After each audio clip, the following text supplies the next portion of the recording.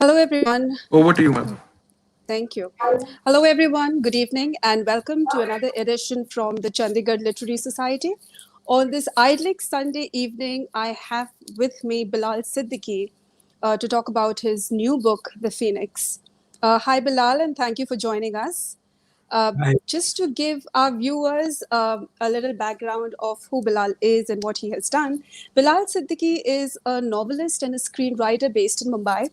He is the author of The Stardust Affair, The Kiss of Life, co written with actor Imran Hashmi, and The Bard of Blood, a spy novel which he wrote when he was 19 and which was adapted by Red Chillies Entertainment into a Netflix show. Uh, Bilal was also the creator of the show and worked on the screenplay, and The Phoenix is his fourth book. Welcome to our show, Bilal, Thank you so much for once having me. again. Thank you. And just for a benefit, how old are you? Now I'm 26. It's been Wow, a while since Bard came out. excellent. And at what age did you write Bard? I read somewhere it was at the age of 19. Yes, yes. I wrote it at 19. I was assisting Hussein Zaidi at the time, still pretty close to him. But at that time, I was one of his many team members who were helping him, on his nonfiction books in an assistant capacity. And Okay. from there, it just my own story, Bard, took its own legs. So it was pretty interesting how it all happened.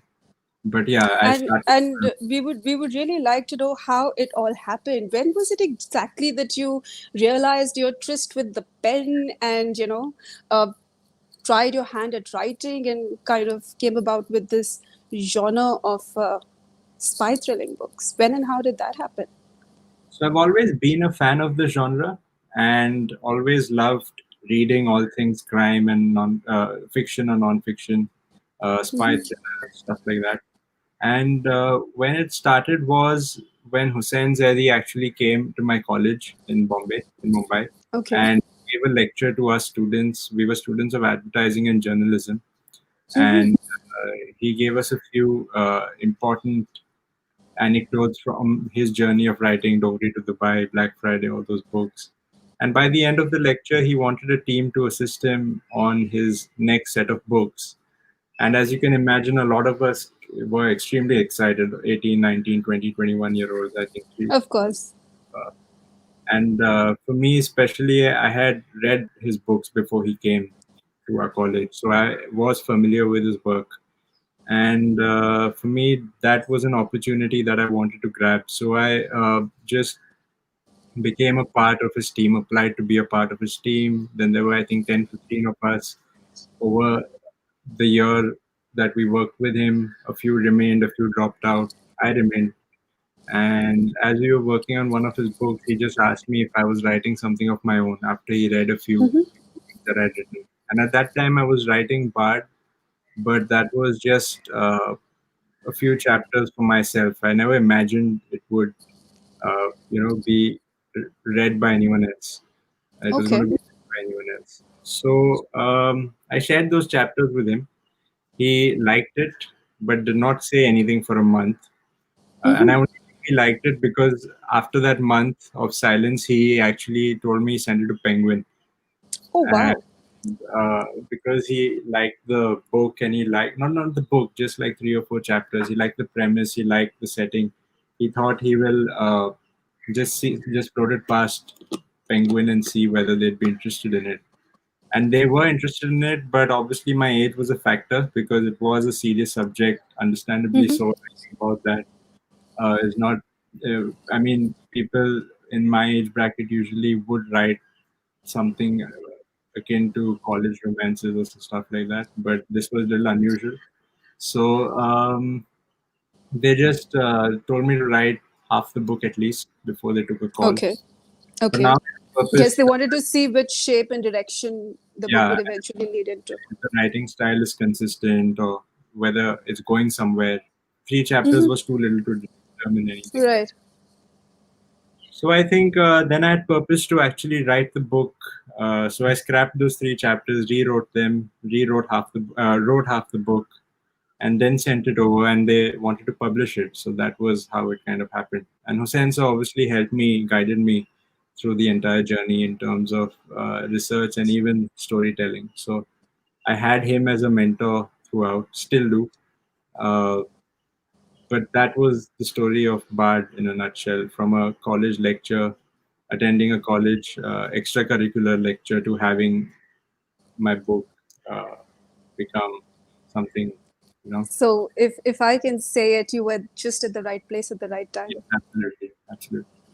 It's wonderful. And just for the benefit of all our viewers, I'm sure most of you must have seen the Netflix adaptation of the book, but Asian Age reviewed Bard of Blood as doles out wit, suspense, and gripping twists in equal measures.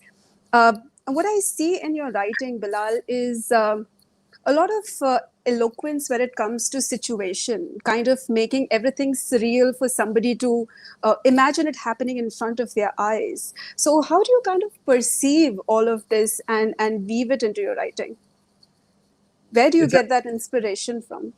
Yeah, it's actually something that a part of it was inherent in my writing, and the second part was actually trained by Hussein sir and molded into this certain form of writing that I do. Hmm. It's He always told me that right now books are competing with so many other forms of entertainment, uh, Correct. right? And this sort of book allows you to be a little cinematic in your forms of writing. You can be a little more visual. You can be a little more dramatic in terms of heightening situations. Hmm. So this was something that he told me and consciously trained me, set me towards when I was writing a book. So the a few things in the book lend well to cinema. Few are not as easy to adapt, but it's something that came with time and with spending a lot of time reading his work, his fiction and non-fiction, and how he finds the distinction between the two, and of course just reading a lot of books that I do myself anyway. So Right. I think by now it's kind of getting natural in the sense that it flows out easier. First there was a conscious attempt to tell it a certain way, but now with time it's just uh, I've gotten into. Adapted into your writing. Yeah. Okay. I read somewhere that you actually researched or rather spoke with somebody at the FBI, was it, when you were writing The Bard of Blood? CIA, what that was very, CIA. it was very coincidental actually, because I'd gone to Uh-huh. the US to meet, not to meet anyone. We had gone for a short vacation, but I met my best friend from school there, and this Okay. guy, the second or third standard when he had moved out, Wow. and he had settled in the US, and he was dating this girl whose dad was a former interrogator at the CIA. So it just allowed, he just told me that after hearing what I was writing about, just told me that in case you want to meet him or send him a bunch of questions, just let me know and I'll do that. So I actually wrote out a bunch of questions, mailed it to my friend who mailed it to the person. He replied back and wished me well with the book and gave me certain things that I wouldn't have found in a normal uh, Google kind of research. It was just Absolutely. see what America's stance was on the whole India, Balochistan, Pakistan, Afghanistan region. So a few things Correct. that would just help me set the context for the book, just create the setting, because the book itself is fiction, but to tell The fiction, setting has to be more realistic around yeah, efficiently certain to tell events. Yeah. story, you need to set it in a slightly more believable space. So yeah, Absolutely. that's what that story is. And you gave me a good segue into my next question. And I'm sure a lot of audience today have this on their mind already. How different was adapting Bard of Blood from a paperback to a live on screen series? Since you've also co-written the screenplay for the Netflix series. What changes did you have to make, if there were any, and how different is that genre of writing altogether? We really would be interested to know. That's a completely different ball game in the sense that, see, dramatically, you have tell the story in the best possible way for both different mediums. But it's a function of the medium actually. So when you're uh, writing a book, you can step into a character's mind and put Hmm. out a paragraph of what's going on in his mind. On screen, you cannot do that because you can't show you can't explain what he's thinking in words. You have to show it through like, Right. you have to just. That's a very fundamental difference. Secondly, what may work in books may not work on screen, so you need to obviously adapt and change things around a little bit.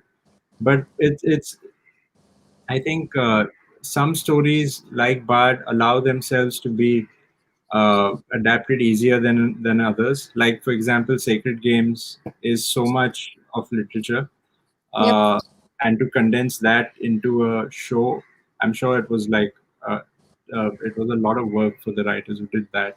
But when it came to Bard, we actually took a lot of liberty in changing things. We added new characters, took some out. So it's the fundamental difference of screenwriting and writing. You don't have to you have to write with the director in mind, the producers in mind, the actors in mind. Hmm. It's more collaborative. Books are a little more solitary. You can just do it by yourself and then send it to your editor, and there'll be some amount of feedback, but none of it is overbearing. None of it is like gun to your head. With film, Right. some is there are so many stakeholders, so it just makes it that Absolutely. films or shows or whatever. Yeah, That sounds about right. Your next book then was The Stardust Affair. yeah, yeah. And how did this idea come about? I mean, the first one, Bard of Blood, talks about espionage, spies. The Stardust Affair takes you inside Bollywood. Uh, how did Actually, that angle Stardust. suddenly pop in?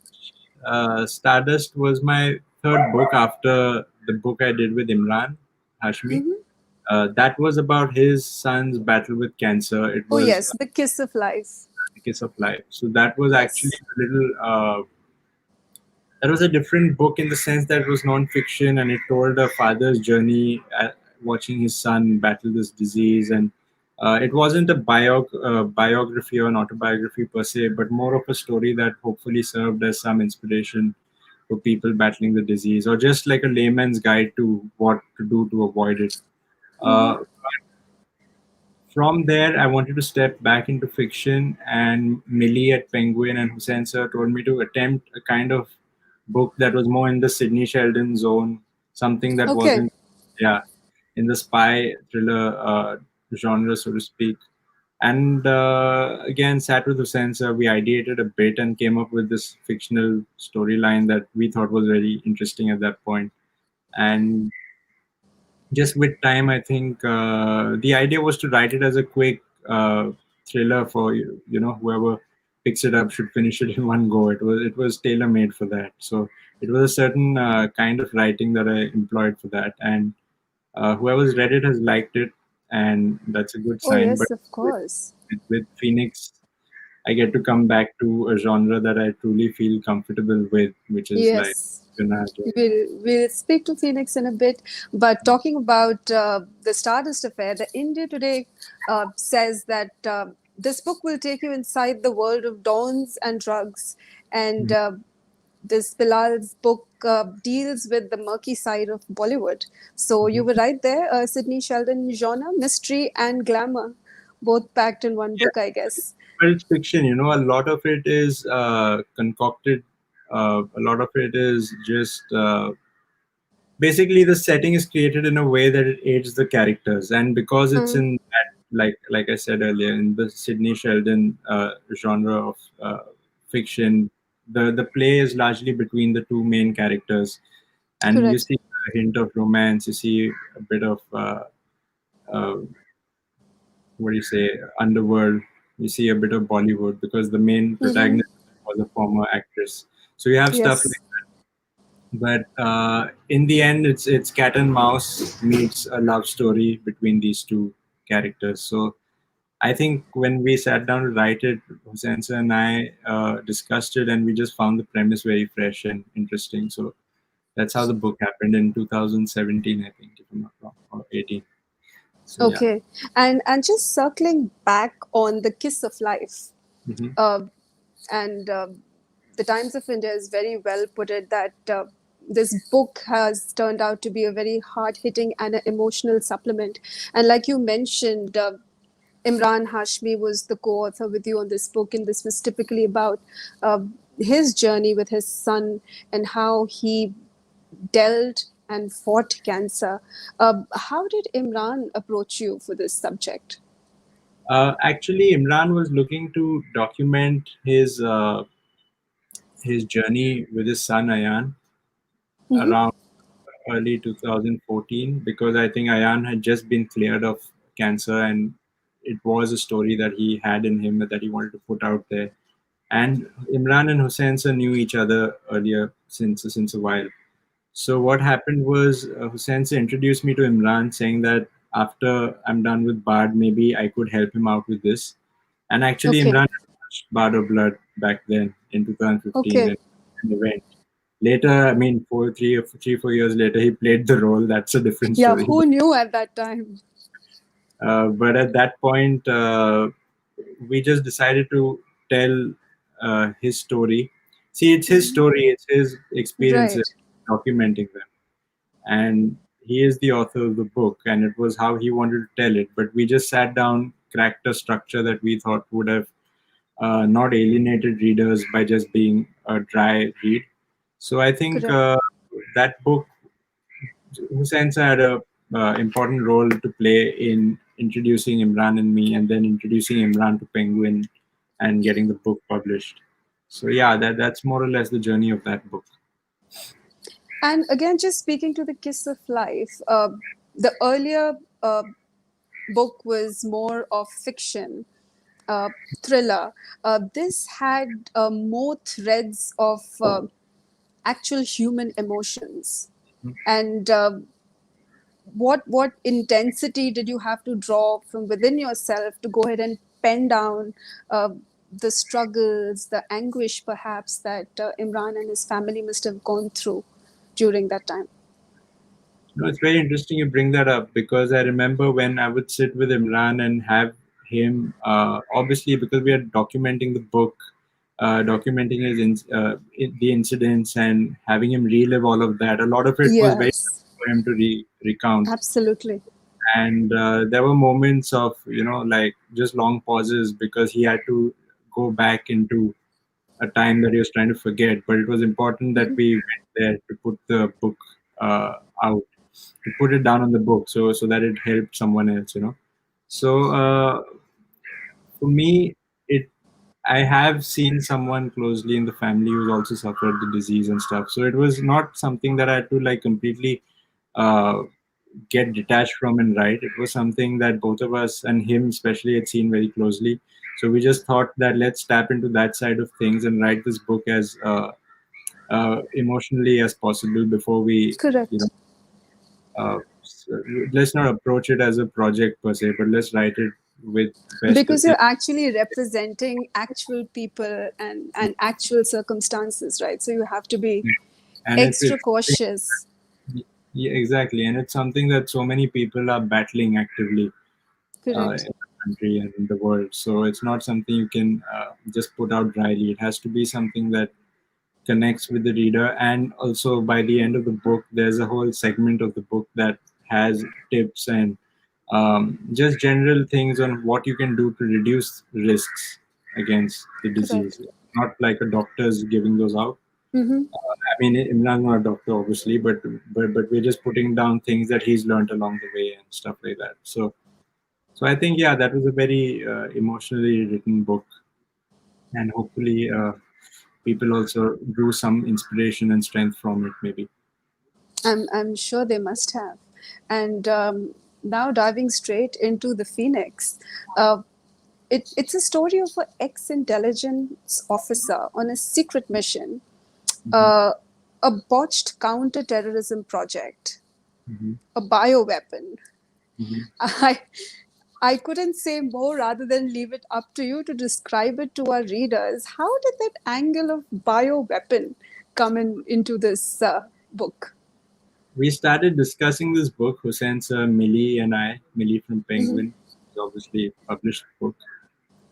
We discussed this, I think, somewhere late 2018. I started writing it in 2019, got done with it August end of September, and November the virus broke out. It was so, uh, So you were ahead of your times. it was a unique setting at the time. We just thought that, Hmm. okay, what happens is there are threats and all of that, and how do you find a setting that's unique to a spy thriller?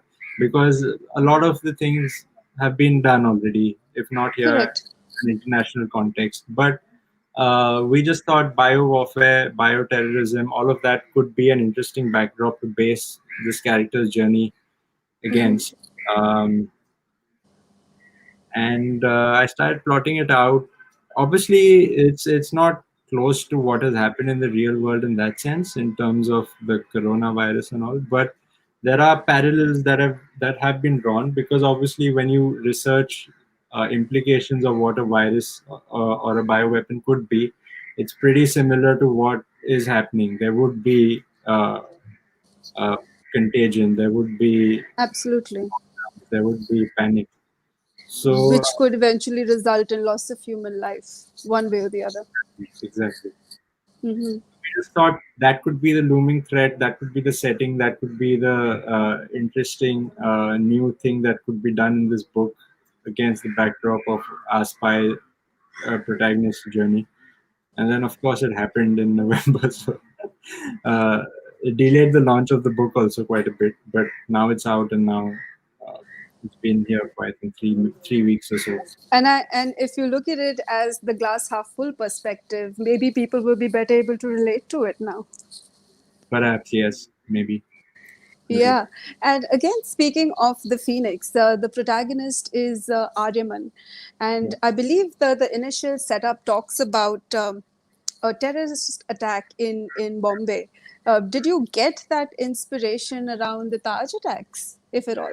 It actually doesn't have anything to do with the 2008 attack. It's not set during that era. It's set in our current times, at Hmm. least pre-corona times, but not as long back as that.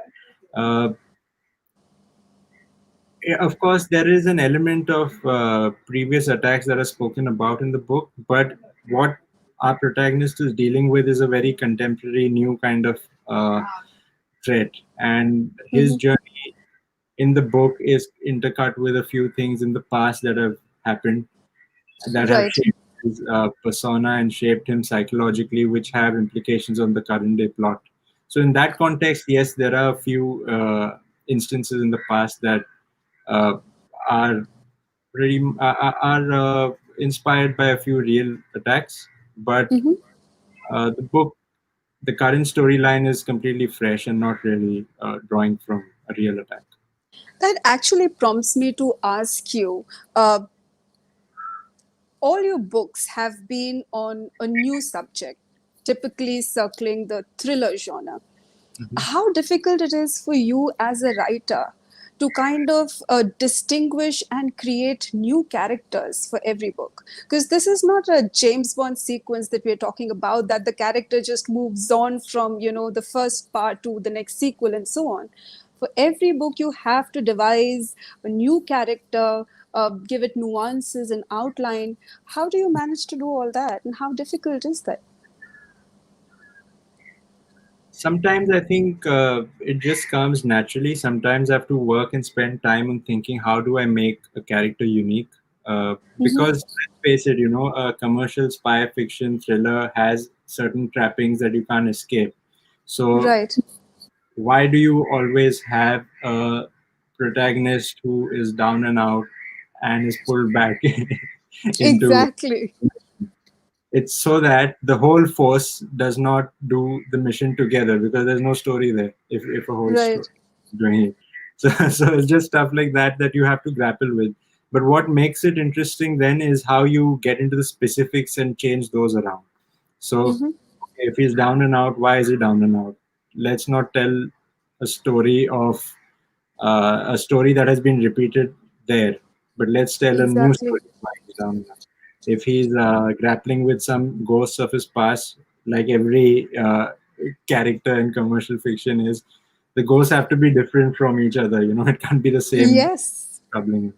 So these are a few of the tent poles or the trappings of every genre that come along with the uh, thing of writing it. But you just have to consciously stay away from them, or try to reverse the cliches. You know. So Exactly, because especially for people such as myself who read thrillers just to escape from the daily mundaneness of their lives, so we Mhm. are actually looking for something that possibly will never happen to us, but we Yeah, are quite intrigued with the whole thrill of it actually happening somewhere, yeah. someplace. So yes, I'm sure it must be a So it is challenging. task. A lot of it, when you combine it together, you do the characters, the setting, the plot. When it's all combined, you do have a unique mix by the end of it. That's what I feel. So if there are some cliches, there are some genre conventions, you have to just take them head on and Hmm. see how much you can change without changing them completely. So that sometimes some readers prefer familiarity also. It's like, okay, fine. Right. Uh, if it's commercial fiction, this sort of writing allows it. Not every form Hmm. of book allows this, but okay, if I'm in the mood for a spy thriller, then I might read the back of a book, see that okay, this meets what I'm looking for. One guy Yes. taking My on, my reading appetite. Hmm. how would he do it? Let me read it, and it seems like a quick book, so let me pick that up. So those are the. But when I'm writing it, I don't try to think of what a reader will think eventually. I just try to write it Hmm. first myself and then see where it's going. So it's a lot of things, but hopefully there's something unique in there every time I try to write something. At least I And move. I've heard from somewhere that this book is already being considered by some production house to be made into a movie. It has been optioned, yes, to be a film, but let's see when and how, because of everything is a little slow now because of this virus and the situation in the industry. Okay, Let's see okay, how that goes. I'm also waiting to hear. that's good news, and wish you all the best for that, Bilal. And another thing that just popped up in my mind, and while I won't ask you to pick a favorite from your babies, but between Bard of Blood and the Phoenix, what do you think are the striking differences, or what's the difference of writing that somebody might experience when they read the Phoenix vis-a-vis what they read in the Bard of Blood? Uh, One is the setting. Mm-hmm. Uh, Bard was set in a certain terrain, a certain world, certain politics. Balochistan. Mm-hmm. Yes, and Phoenix is a very different world with very different uh, implications of an attack, and it's a little more urban and modern. Bard had Mm-hmm. a little rusty and gritty feel to it. This is slick. Uh, this is also, I think, definitely very interesting character. I think Bard, the character was fun for sure because a Shakespeare professor slash spy. Here we have a spy who spent who served time in jail himself, coming out probably angry at the system, and now fighting Okay. to fix the same system. So it's a different character in that sense. And I think the way the plot has been constructed is very different in both of them. Mm-hmm. It's tough for me to choose, like you said, but I think the better writing, because with time I've evolved as a writer, is in Phoenix. Absolutely. So hopefully, people who read that can see that distinction as well. Okay. And like you said, the setting is different in the Phoenix, and the setting was different in Bard. So Yeah. how do you research, or in your mind, how do you conceive of these different settings, and then go ahead and plant your characters into it and bring it out into your writing? Where does all of this thought or inspiration come from? Do you travel a lot? Do you read a lot? I do read a lot. Traveling not as much, but especially not now. But uh, usually what happens is, first I try to find a setting that is unique, uh, or a thought that can break the clutter from the rest of the thoughts that I've had. So in this instance, it was using bioterrorism as a backdrop. Uh, from there, I worked backwards. I had a rough idea of what kind of protagonist I want, what kind of baggage I want to give him, who are the other characters. I had a rough idea of that. Once, when I ideated with the sensor, it just helped me collate all of it into a coherent storyline. So that's what was that was a part of the process. Uh, as far as research is concerned, Hussein sir obviously is this treasure trove of knowledge himself, as you can Right. imagine. Uh, Yes. he is more than happy to help me and fill up uh, vacuums that the plot creates when there's a little dearth of when there's not enough research. So I spend time with him and we work around that. And yeah, And that prompts me to ask you then, Bilal. You have Hussein sir as your mentor and guide throughout your writing process. You've already worked with the likes of Shah Rukh Khan and Imran Hashmi. All of this for a 20-year-old to handle. What have been your takeaways from all of this experience so far? oh, it's been surreal because I didn't imagine all of this would happen. Uh, and all of them are such hardworking people and just so humble and kind, and it just taught me to. And at their statures, if they're working that hard, then I just feel that I have no excuse to like take things easy. It's just something Absolutely. just by observing them, especially Shah Rukh sir, just seeing how he is so diligent and focused with his work and all of that is just so inspiring. So it's that inspiration from people like these that I've been lucky enough to see that kind of helps me, uh, adopt their things into my work and hopefully reach somewhere in my own career with the same principles that they've applied. Be it Hussein sir's like uh, way of writing and the dedication with which he writes. Imran is extremely punctual, extremely talented by himself, but and puts a lot of effort in. Same with Shahrukh sir. So it's just all I've spent a lot of time seeing the right people do things the right way. So it's helped me. I was just about to say that. I mean, you're one of the privileged to actually, watch and work with the icons that most of us look up to. So I'm sure that must have been Very a great lucky. learning experience for you. And just speaking of Shah Rukh Khan, I read somewhere that you used to blog for KKR once upon a time. I was an intern at KKR in 2015 or 14.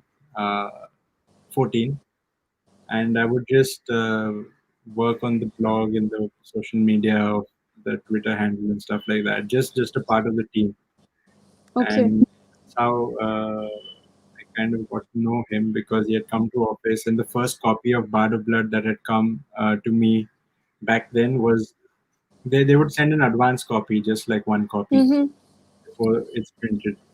Right. And copy came to me from Penguin, and the day it came to me was the day I got into office, and he was there the same day. He works out of his own house and just visits office now and then. So Right. he was flying out for shoot, and then I realized that what, let me just give this copy to him. It's special as it is, and now he's here. Let Oh me give. wow. So he was very encouraging when he received it, and he got to know about me and the book and all. And then sometime later, maybe 3 4 months later, I think he perhaps read it and tweeted about the book. So that was very special. Absolutely, I can imagine.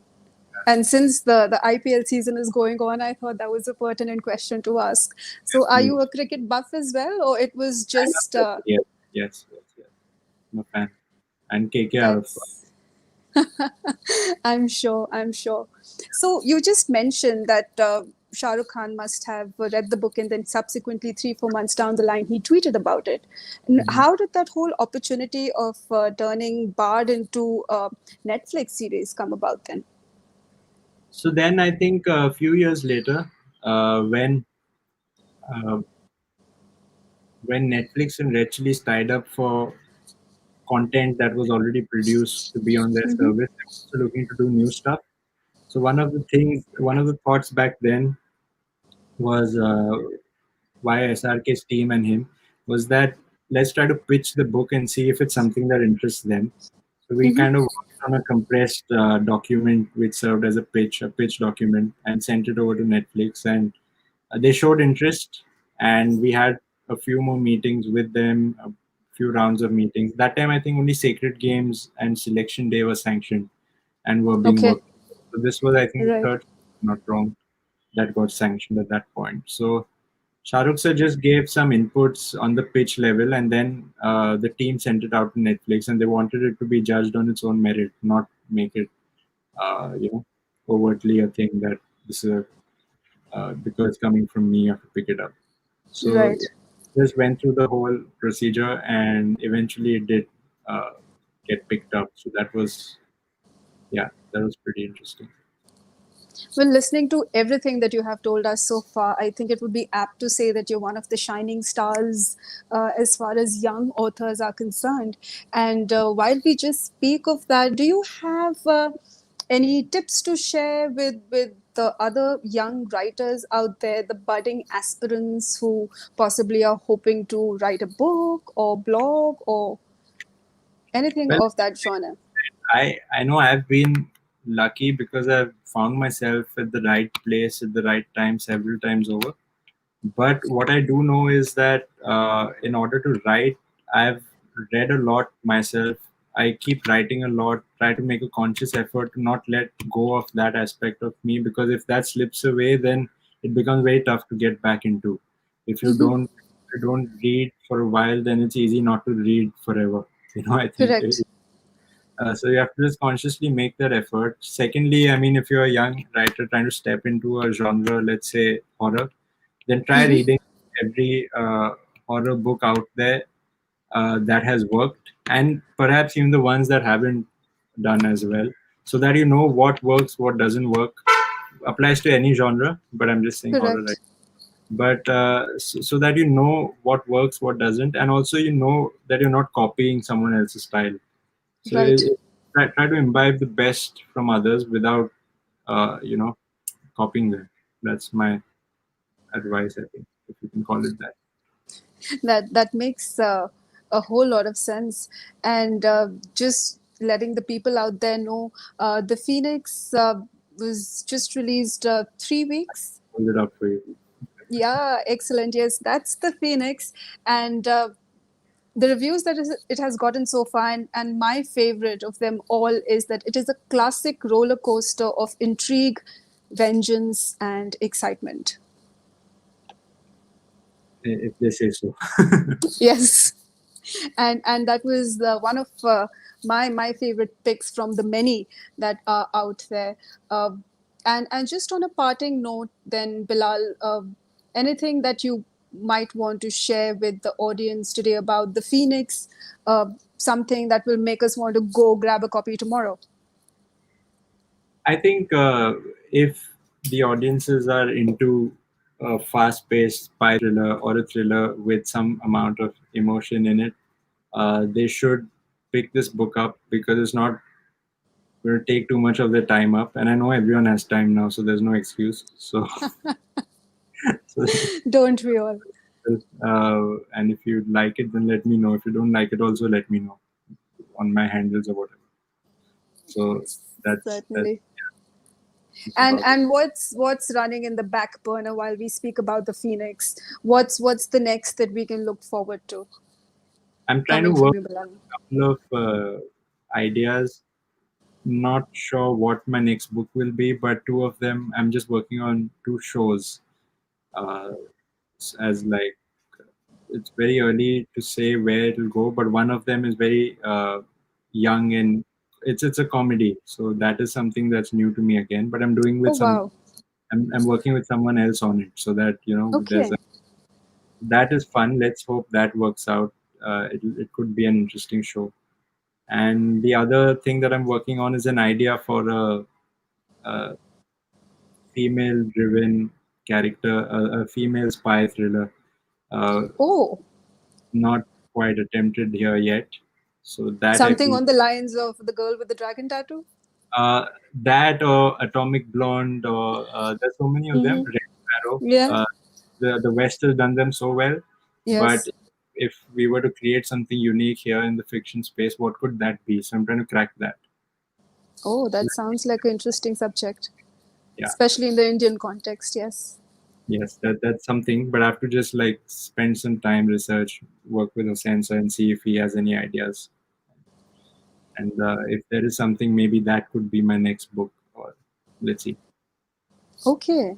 So lovely to hear about your future plans. I will be so looking forward to the female protagonist spy thriller book. Yeah, And yes, I'm sure everybody could use a good laugh. So we will look forward to the show that you're working on as well.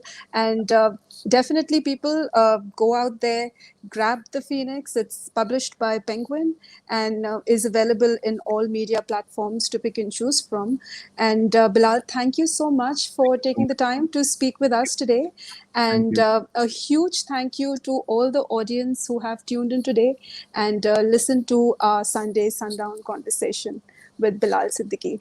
So thank you Thank very much you, from Swati. Thank you. Swati. And thank you, Bilal. Thank you, Thank you. viewers, and have a great weekend ahead. Thank you. Thank you.